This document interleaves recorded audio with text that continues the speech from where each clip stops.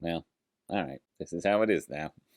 Hi everybody, welcome to Crowdfunding Countdown, where we take a look at all the cats finishing up this week. Don't tell Artie, he's done. He's finished. He's out of here. And he will be all over me this episode because of my animal magnetism, and not because he's H-U-N-G-R-Y. Thank goodness I spelt that right. That would have been embarrassing.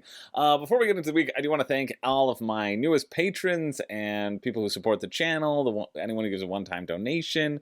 All of you, you're friggin' great. So huge shout out goes to Hellpet and Noobwater. Noobwater won the giveaway, and then you signed up for Patreon. So that was my scheme all along. There won't be any giveaway announcement this week, but stay tuned next week because Burnt Island's coming out with a game, How to Save the World, on the 21st, and my preview of that, it's got a giveaway attached to it. So if you want a chance to win a game, check that out.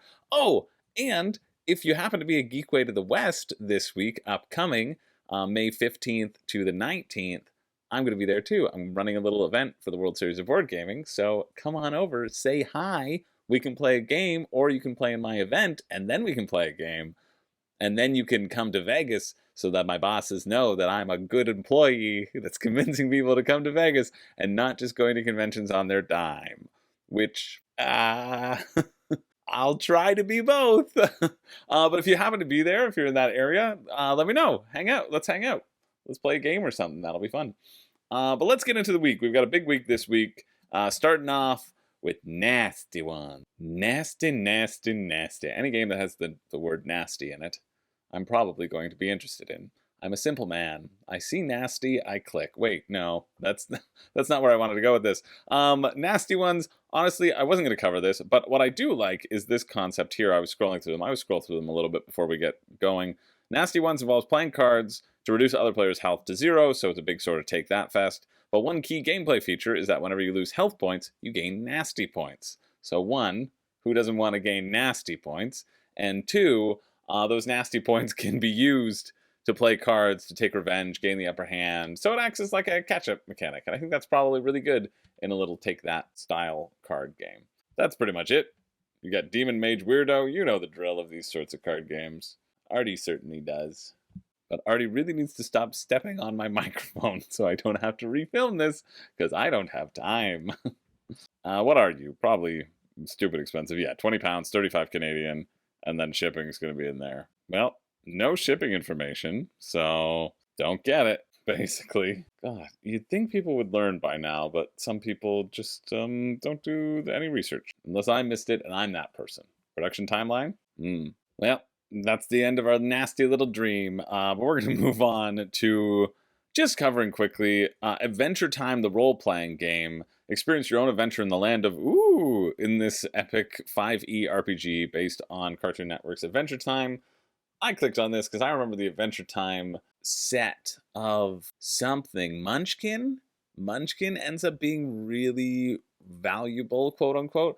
I mean, it's not worth anything because Munchkin's not a good game. But if you're a big Adventure Time fan, and there's a lot of people who are, Cryptozoic is heading this, and I like what Cryptozoic does with IPs.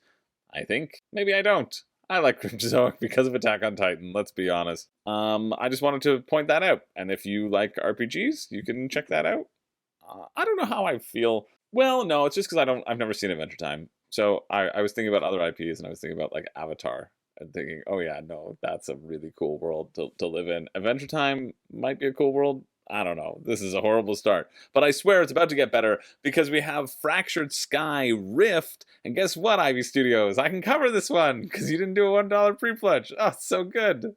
Here's some free advertising. I can talk about how great Fractured Sky is. Fractured Sky is awesome. I do have a review of it on the retail copy, like just the non-deluxeified. So of course they're doing an exclusive reprint to make sure you can get those painted minis and magnets and anything else. But yeah, Fractured Sky is great.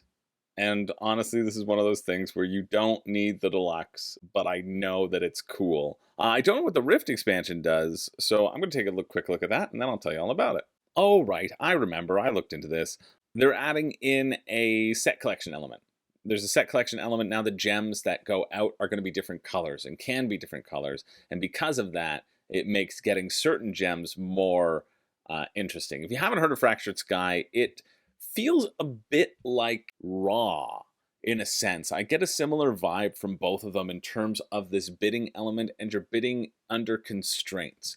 Everybody has ships from 0 to 10, and you're going to place 3 ships on the board. Wherever these ships are, whoever has the highest number will win. But the numbers are hidden, so you don't know what people are bidding. I might be bidding really high over there, but I also might be bidding 0. And so you're putting these tokens out, trying to win, trying to bid on the win. You're also trying to find out where the starfall is going to be. These are points. You want to get the most points to win the game. And so there are secret starfall that will be revealed at the end of each round that, using some of your resources, you can find out about, or you can watch what other people are doing. You can try to bluff. You can try to hold things back.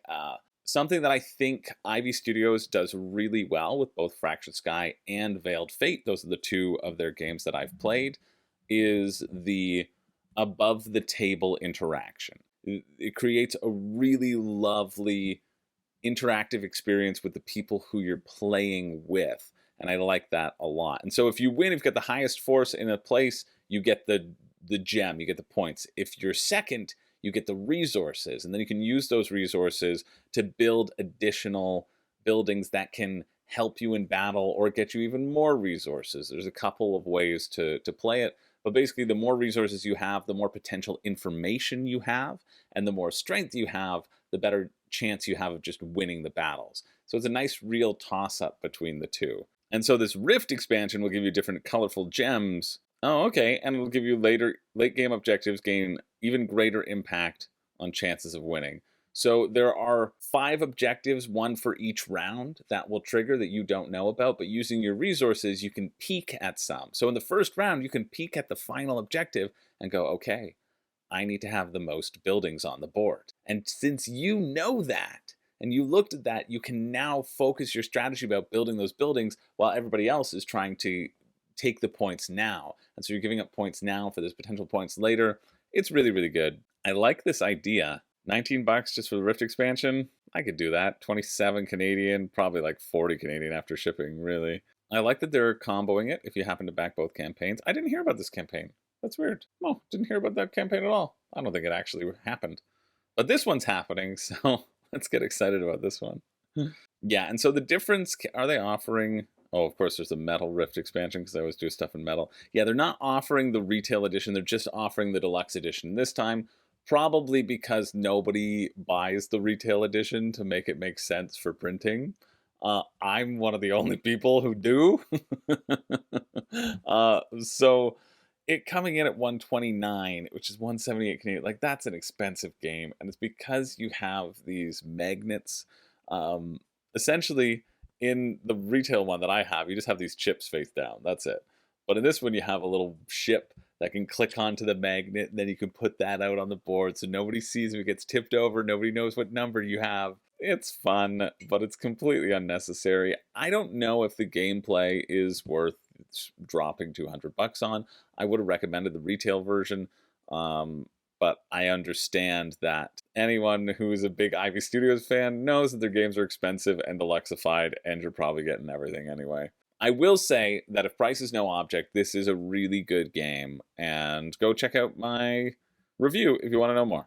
I do think I still like Raw better in terms of this bidding aspect, but if you want to add some bluffing, this fits the bill. Right, Artie? I know what you're planning. Artie knows what you're planning. Shipping, yeah, to Canada, like doubles the price. I'm not paying $50 for this expansion, even though I think it'll be fun. Let's move along to the Sixth Realm, a highly strategic Euro game. The Sixth Realm is a strategic Euro game stuffed to the brim with combos, bonuses, engine building, and interaction. I'm really intrigued by this one.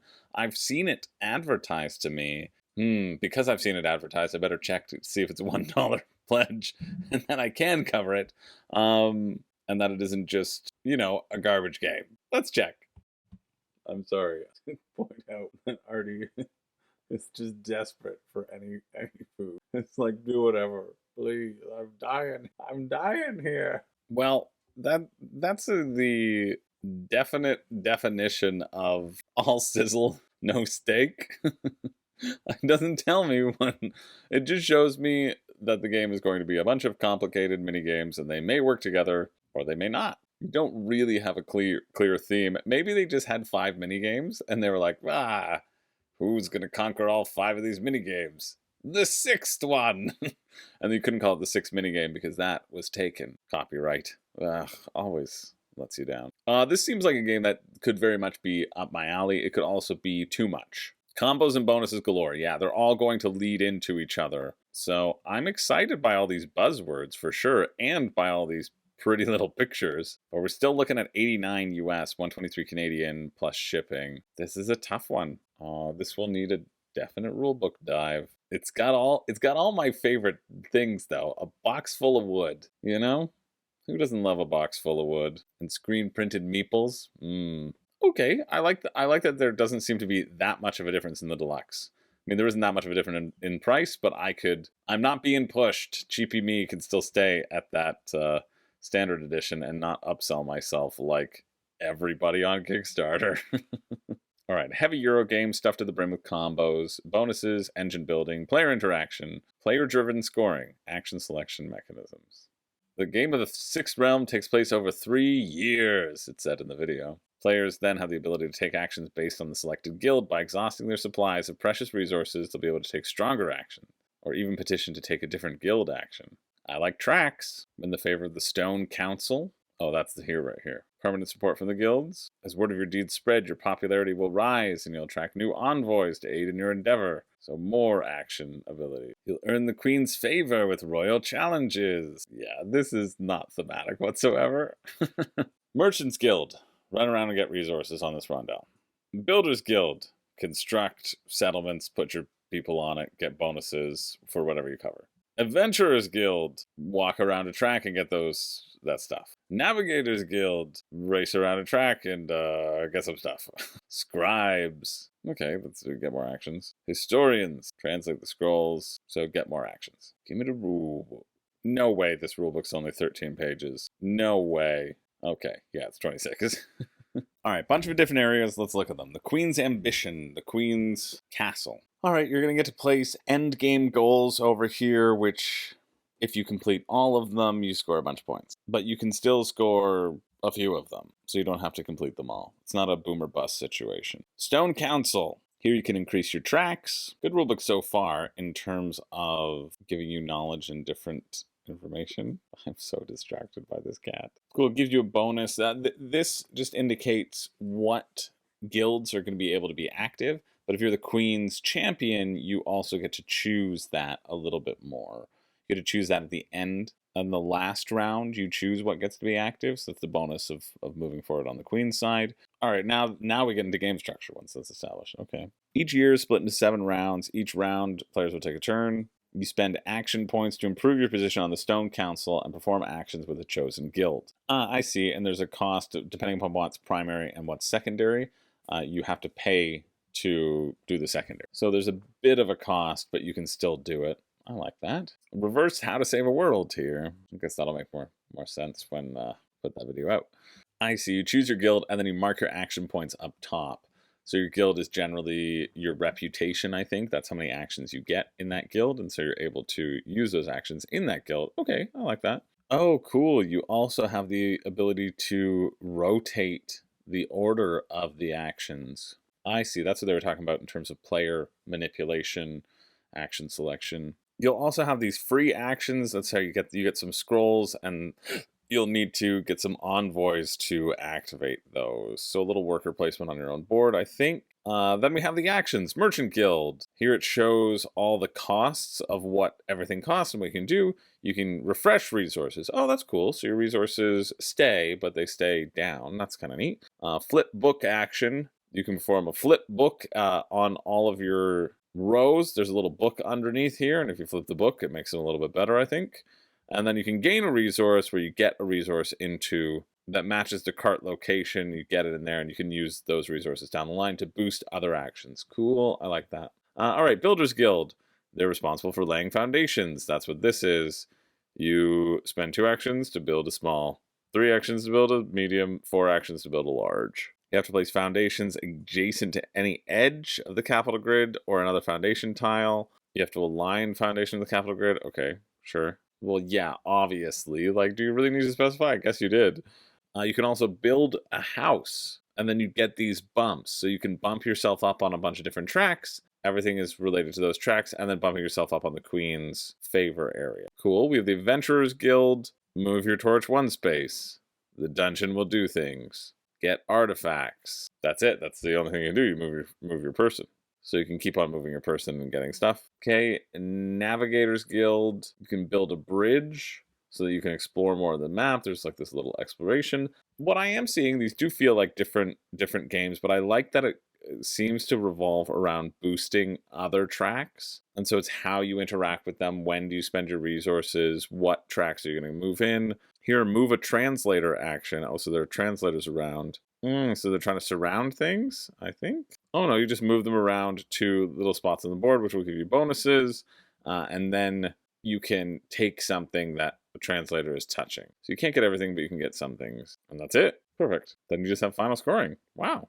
Easy peasy. Interesting. So this intersection of final goals means you have to do both of those things or you can't get the points in the middle. I do like that, but you could have done one of those things and then something else, and so you could get the points there. I really do like that aspect of it. If you see somebody's going for something and then you can drop a goal which they haven't gone for, they have to choose if they're going to get points for it or not. Yeah, this seems fun. It seems very like Shem Phillips to me. In terms of combo, I can see how that would work. What's shipping like, though? I don't know if it's worth that much. Shipping costs $20 or $25 or $30. So for me, it's $25, right? This is like a $150 game. It just doesn't feel like that to me. It definitely seems fun. I don't see anything wrong with it.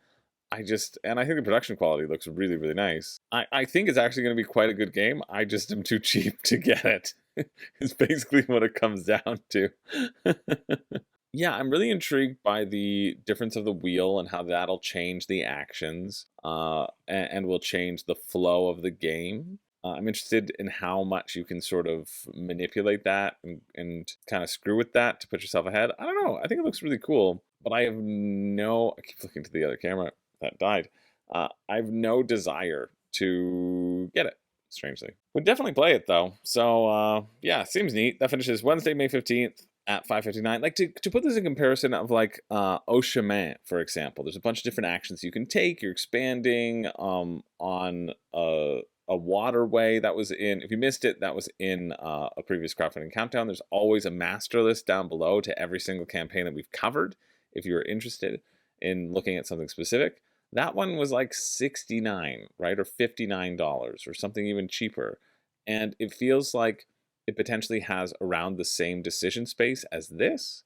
And so I don't know what sets this apart unless you're consistently getting that dopamine hit of moving things up and comboing things, which I think you might be. So I don't know.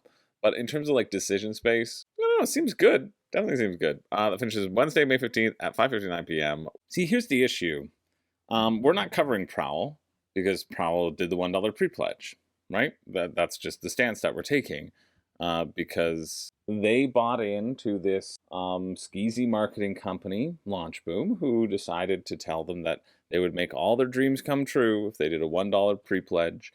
They're putting out their emails have been the same copy and paste structure that all of Launch Boom's emails have been being put out. And they probably paid $10,000 because that's the cost of Launch Boom to do this, and you know what they've raised so far? Certainly less than that. I don't see this game being made. I don't see, for those thinking that the $1 pre-pledge is like a magic sauce, it isn't, because your game still needs to be good, and you need to develop a community of people who want to back your game, and unfortunately, I don't really want to look at this game, nor do I want to look at this game. One Hit Heroes also having done the $1 pre-pledge, which I don't even know if they mention it. This is particularly disappointing to me because this is from my hometown, London, Ontario, but I just wanted to highlight those in case you want to vote with your wallet and make sure that the stupid trend of $1 pre-pledging disappears. And also, as a caution to creators out there who are contemplating using it, you can succeed and fail regardless. We see the Sixth Realm, having not used it, raising more than both of these combined. We see Prowl not having met the $10,000 that they need to throw into Launch Boom's pocket, and we see Launch Boom just reveling in the money at which they've made off of the backs of these creators through this thing that they established, their proprietary sell working thing that, doesn't really work because maybe it's just converting existing audiences and maybe the small publishers are getting tricked into using it. I don't know, but I know that we are going to move on to Hispania, the Roman Conquest by Draco Idea. Year 201 BC, Rome was defeated its greatest nightmare, the Carthaginian Handlebar, and sets already its sights on the next prey. The destiny of Hispania is in your hands. Well, we'll take a quick peek at this, but I imagine it's going to be very war game-esque and, oh no, maybe not. Cooperative game in which 1 to 3 players take on the role of all the praetors and consuls in Rome that Rome had to send to Hispania during 2 centuries. Your goal will be to subdue all the people of the peninsula. Oh, in order to incorporate Hispania into the coming empire. That's not the cooperative experience I want. I don't want to play the colonizers. I want to play the people protecting their land. Not, you play the praetors. You play the politicians that just had to go to Hispania and make sure that we took over everything. That's very disappointing. But it's cheap. I mean, if they had to take it over so we could get those great prices, well, maybe I would change my tune. Read the rulebook, sure. Of course I will. It's like, let's just take over. Let's play a cooperative game where we just get to take over a land. I want to be the invader. I like this little setup in a cooperative game because if you find that you want a medium to high, you can just experiment with the numbers and it's all listed out there for you in terms of how much money you get. Maybe you do all the other medium values, but you'd give yourself 5 money. If there are no garrisons in the 6 Hispanic capitals and no revolt in the Roman provinces, Hispania becomes part of the Republic. Oh, I don't like this theme.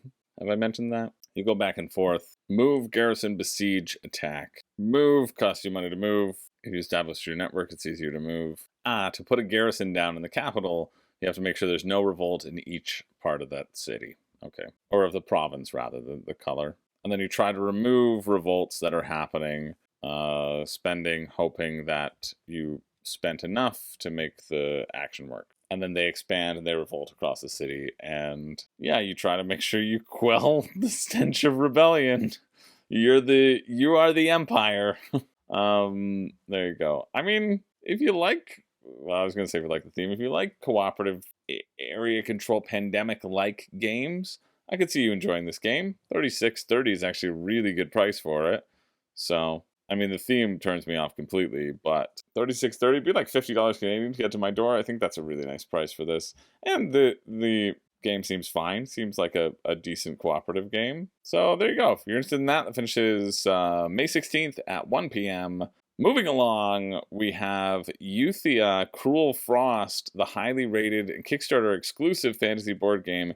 Euthia returns with its chilling climax, Cruel Frost. All right, Euthia returns for more of the same generic fantasy that I forget. I've covered it like 3 times now, and every time I look through the stuff, and I still have no idea what's about. But you're going to add additional monsters to an additional fantasy setting, an additional sandbox, an additional campaign. I do remember thinking it was cool, but I doubt they're going to give me any gameplay, as is the Steamforged way. Ooh, wow, more pretty things that I don't know how they integrate, or if they'll even be used more than once. Should I spend $200 on that? I don't think so. Well, thank you, 3-Minute Board Games. That was a good refresher. Now I remember. Yeah, it's a big old sandbox game, right? And so if that large sandbox wasn't enough, well, you can like double your pledge and get even more large sandbox stuff. Oh, I remember this. I think Cruel Frost was around back in the original Euthia campaign, and it's all sort of got parceled out by Steamforged just to make the base box a little bit more accessible, both in price and play. I think I would be more interested in tackling Mage Knight at this point than Euthia, but I understand if you're looking for like a big old sandbox thing. I just hate how much like shiny and flashy that Steamforged gives you before we actually get to the meat of the game, but I think it does look cool.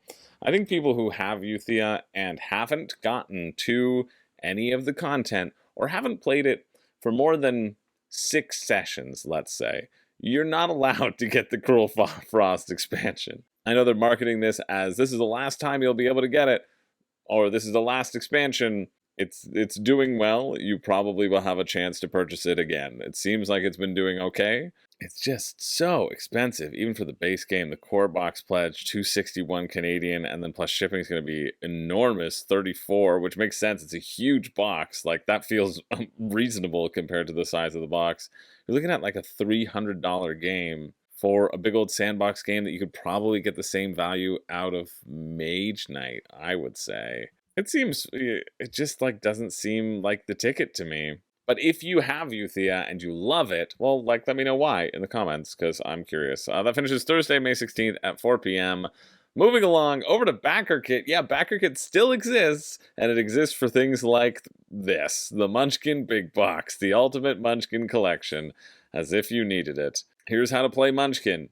Keep playing random cards until your friends run out of cards, and then you can play your cards to win the game. I don't understand how this has raised so much money. Like, it's almost hit $1 million. I didn't realize that there were still that many Munchkin fans out there. Don't get this. Normally I say, hey, if you want it, get it. If you want it, I guess get it, but don't get it. There's so many other better games out there. You don't need to spend $125 on Munchkin. The amount of fun, even like little take that card games you could get instead of just getting everything Munchkin. This is a bad purchase for everybody involved. That's pretty much all I can say about that. We're going to move on to something that might be fun. I hope it is. We have The Adventures of Conan by Gale Force 9, I think. Is that what GF9 stands for? Maybe. Join Conan and his allies as they battle across the Hyborian Age, where darkness plagues the land. In this asymmetrical dice game, the legendary barbarian will battle monsters sent by his foes, whilst his allies battle by his side. Can Conan ascend to become king, or will he fall to his enemies' foul plots? Will he hear the lamentation of the women? Well, that seems like some dice-chucking goodness. I wonder what the actual pledge is, because I certainly would not want to spend $250 on that experience. What can I say about Conan, the adventure game? If you like Conan, or you like adventure, well, maybe it's for you. It says you're going to use your dice in new and unique ways, but it seemed like you were using them in a lot of the same way. You're just rolling them, I think. This is a nice price, though. I'm very glad. It seems like the price is $50, right? It's $50 US? Yeah, I do like that, if you're not getting anything else. How to play, that's what we want. A two-player game will see Conan face off against a single foe. Oh, you have 3 roles, Conan, the ally, and the foe. So in a 3-player game, an ally will join Conan, and a 4-player game, a second foe. So it's a two-team game. 8 Conan dice to crush your enemies and see them driven before you. 12 foe dice for malevolent schemes. Well, you should be the foe, you get more dice. Probably win. And then 10 allied dice. Sure. The ally will have their own goals. Okay, I like that. They might work together with the barbarian when it suits them. They may have other motives in mind. I think that seems interesting. 4 phases. Resource phase, main phase, triggered phase. I thought we had that last week. And the end of round phase. There's going to be an event. You're going to gain stuff.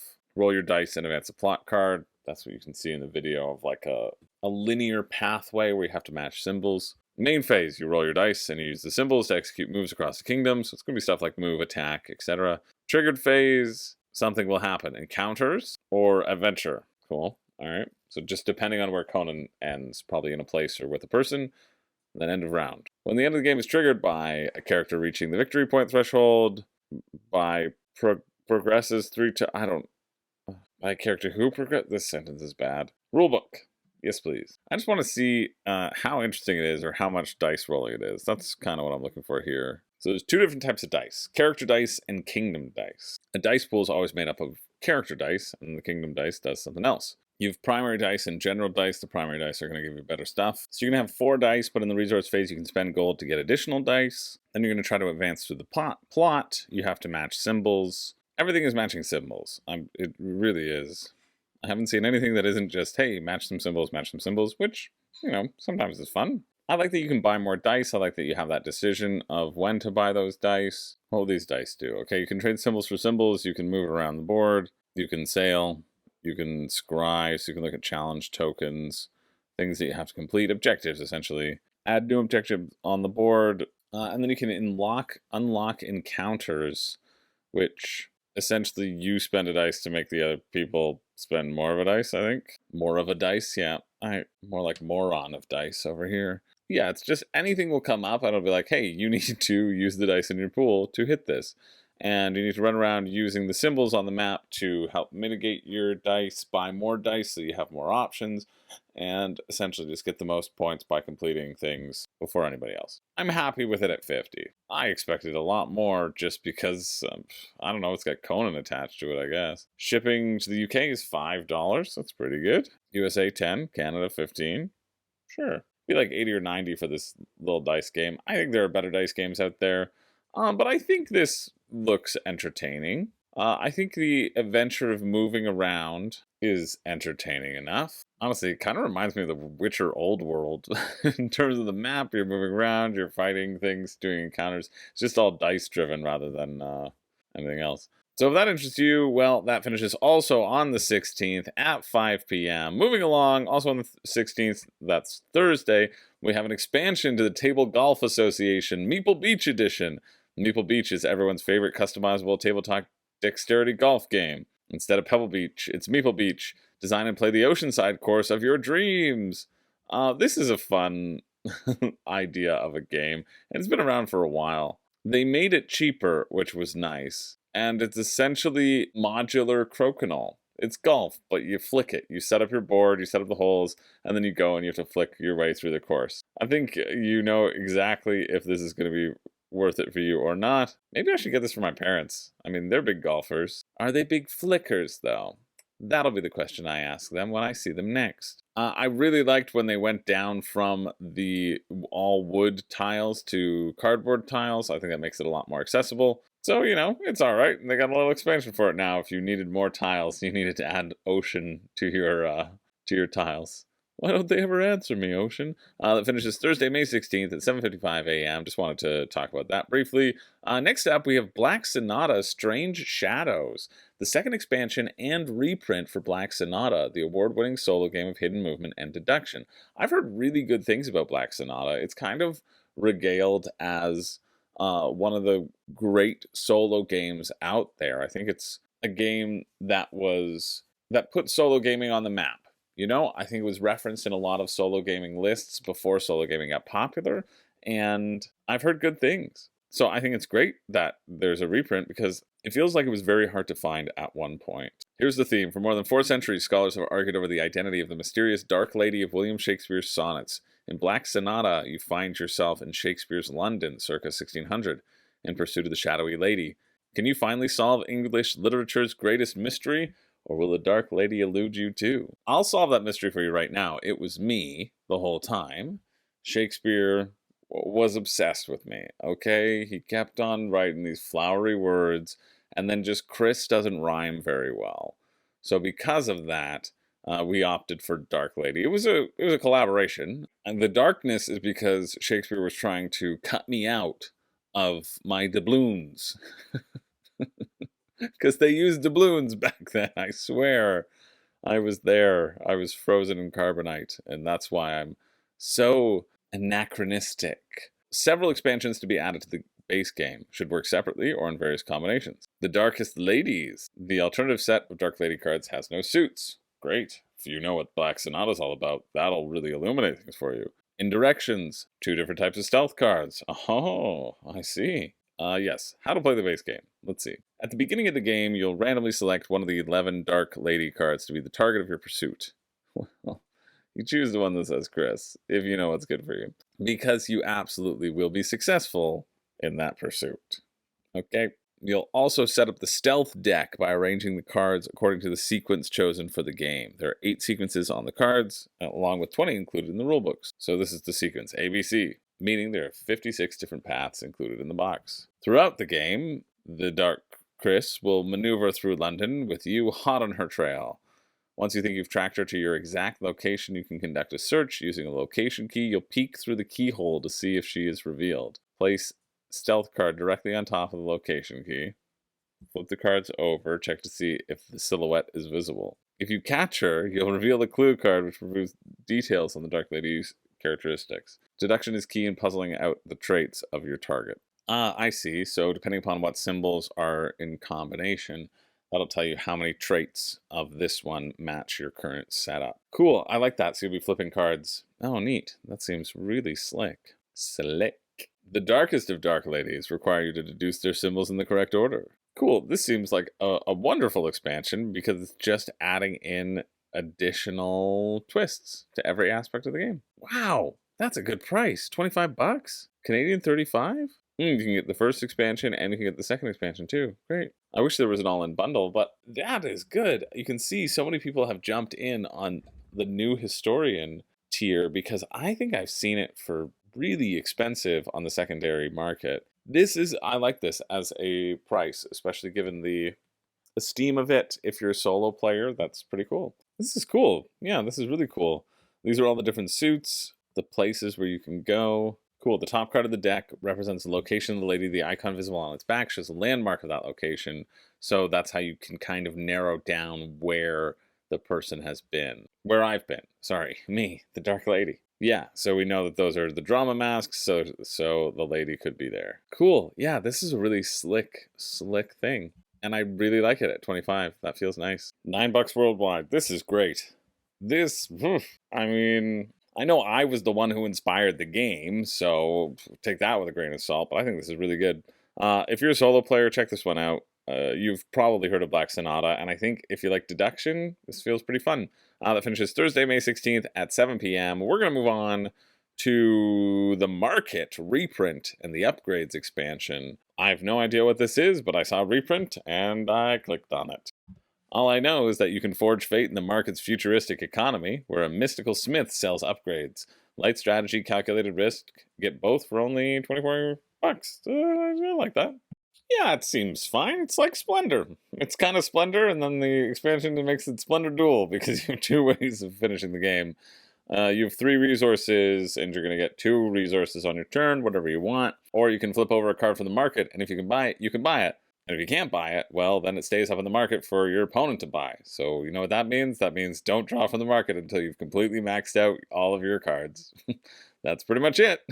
And then with the upgrades, you have more ways to play. I think this feels a lot better because you already have things that are purchasable that you can work towards that are out there. And when you get rid of one of the upgrades, they're just cards that you keep for points. And then you get rid of one for more points. So it's all based around these market cards, especially since the first one is until 10 hope.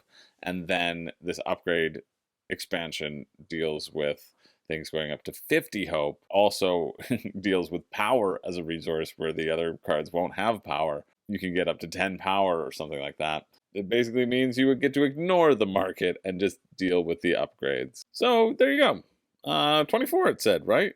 13 for the base, 13 for the expansion, or 24 for all together. See, that's why you never back at the beginning. What's the shipping? No international shipping. Oh, that's fair. Okay, so where does it ship to? The United States. It only ships to the States.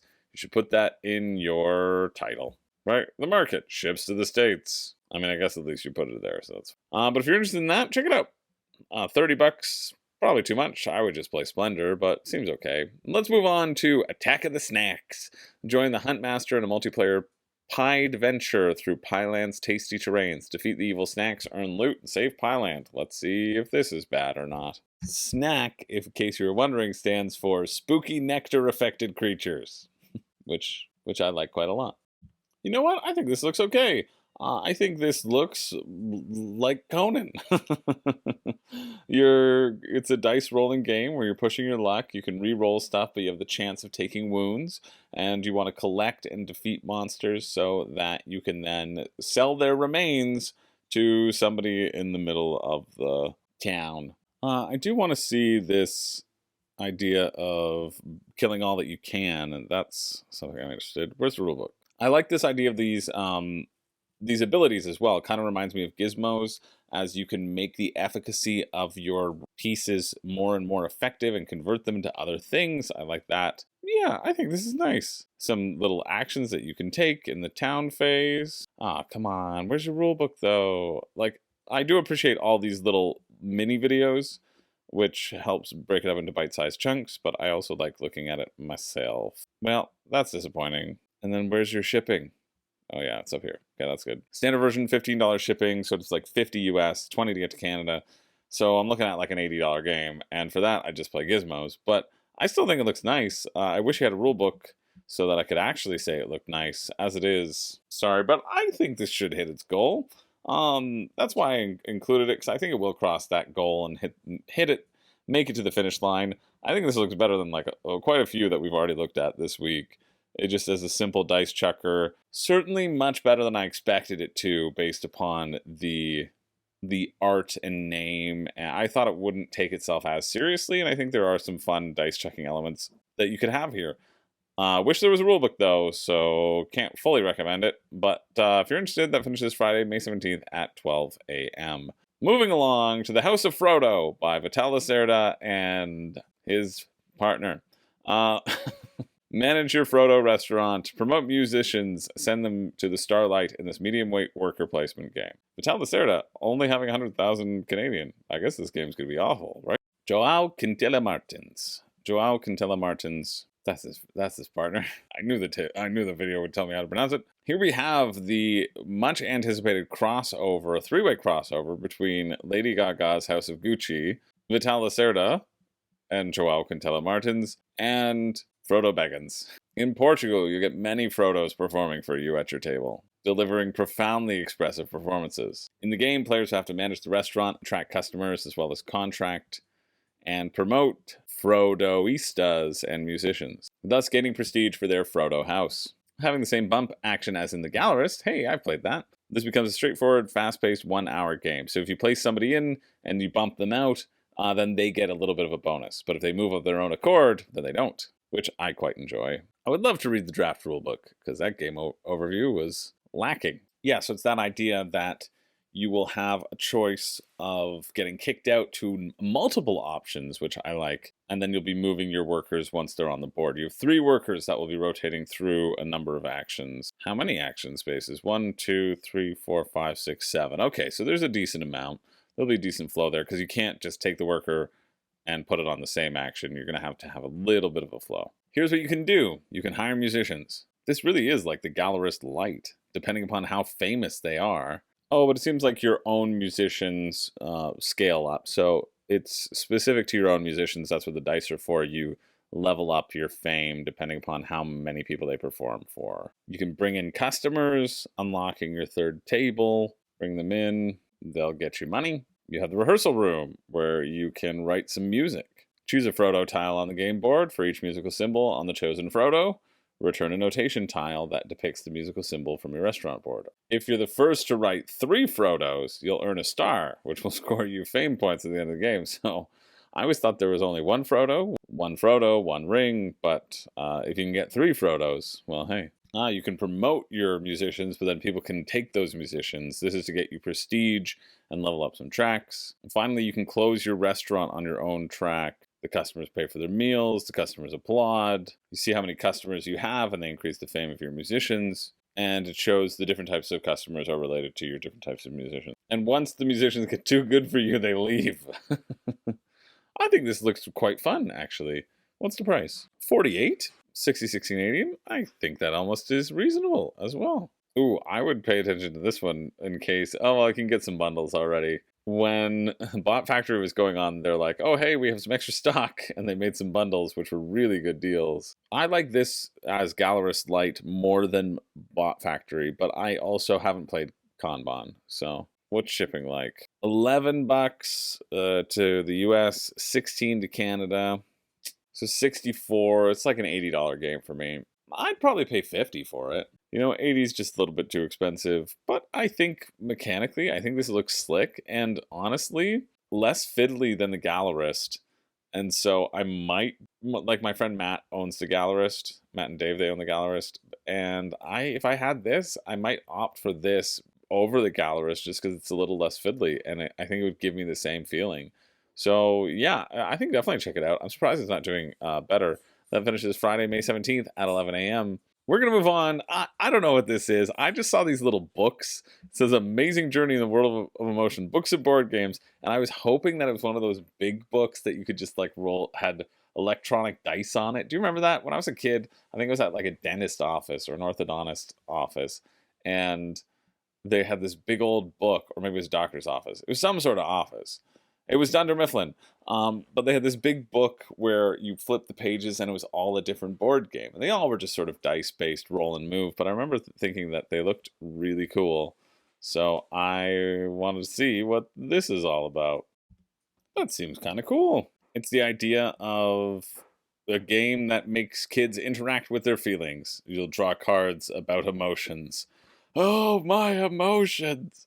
My emotions! Dive into a game where understanding feelings becomes a fun-filled adventure. There's also like an app associated with it as well. Oh, each one is representative of an emotion. Fear, empathy, anxiety, boredom, anger, love. The Big Six. I think I feel all of those every Crowdfunding Countdown episode. 2 books covering emotion worlds. Okay, so there's 3 worlds in each book. Cute pawns, 25 emotion diamonds for points, 4 emotion chests. Oh, I'm just sitting here with my emotion microphone and my emotion YouTube channel. I think that's pretty neat as like an activity to engage with your children. Cool. Yeah. Having no children or family, because my family was kidnapped by bears. It's not for me, but maybe it's for you. And if it is, that finishes Friday, May 17th at 10 p.m. All right, next up, over on GameFound, which has funded, its goal was $74 Canadian. I think it surpassed it. It's just a little roll and write print and play called Renters and the Parking Expansion. So Renters, who will be sued by Friends' font for copyright infringement, plays like this. You roll the dice. You choose one of the yellow dice. Hosts renter cards. That's not a sentence. Collect coins. Okay. Make repairs to the building. Well, let's see what that expansion is bringing us. Connect the 2 player sheets. Since we only had 1 player sheet before. Combine the cards with the base game, and then you roll the dice. Choose dice and card to host. Hosts the new renter's card using the same coordinate for the 2 players' sheets. This is nonsense. Is that it? That's it. That's all you need. So if that sounds exciting to you, well, you must speak Spanish and are reading this in the original language and can understand it more than me. Let's move along. Okay, we're not actually covering this. Well, I'll look at it, but I clicked on it. I clicked on it for one specific reason, and that's just because I heard the title of this game in this voice. I'm cooking! And that's really the reason why I clicked on it. It's like, what do you want to play? I'm cooking! Okay, sorry. I don't think this is going to be anything, considering there's no information about it.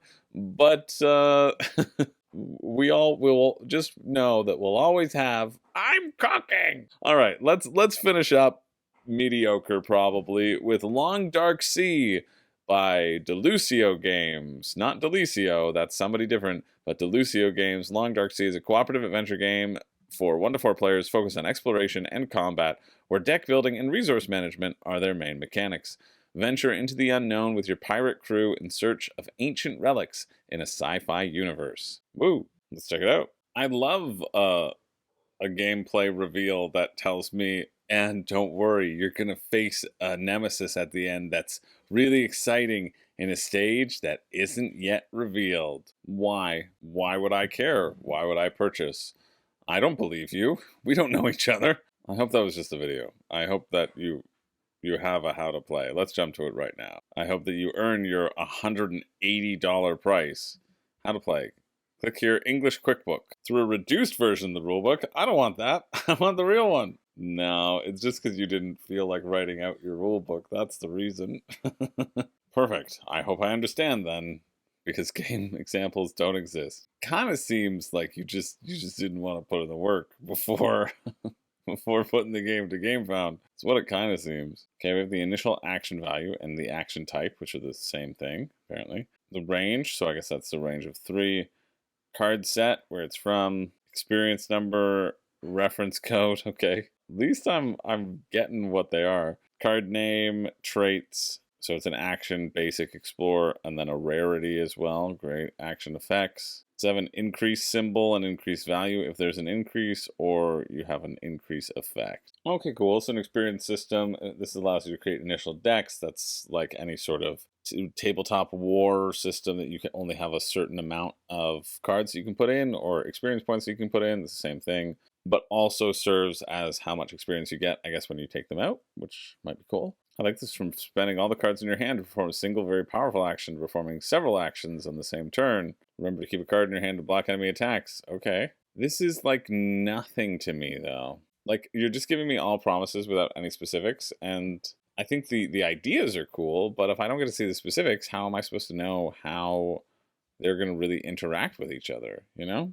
I mean, I don't get a great sense. There is a playthrough here, though, at least. All right, that's a little bit more realistic in terms of figuring out how to play. Nice. They have a lot of Spanish reviews, no English reviews, unless they are also English, unless they have English subtitles. Standard edition is €70, 105 Canadian. Yikes. I wish that they even showed you just, like, they don't even show you the mat on which you're playing to contextualize it.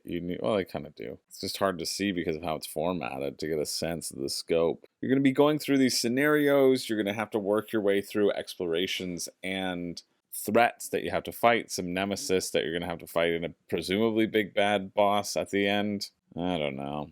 I want to like it, but it's way too expensive and not enough information. But it's raised a whole bunch of money, so that's kind of cool. Good for it. Good for you guys, Long Dark Sea, but it is not for me. That finishes, though, next Tuesday, the 21st at 5:59 p.m.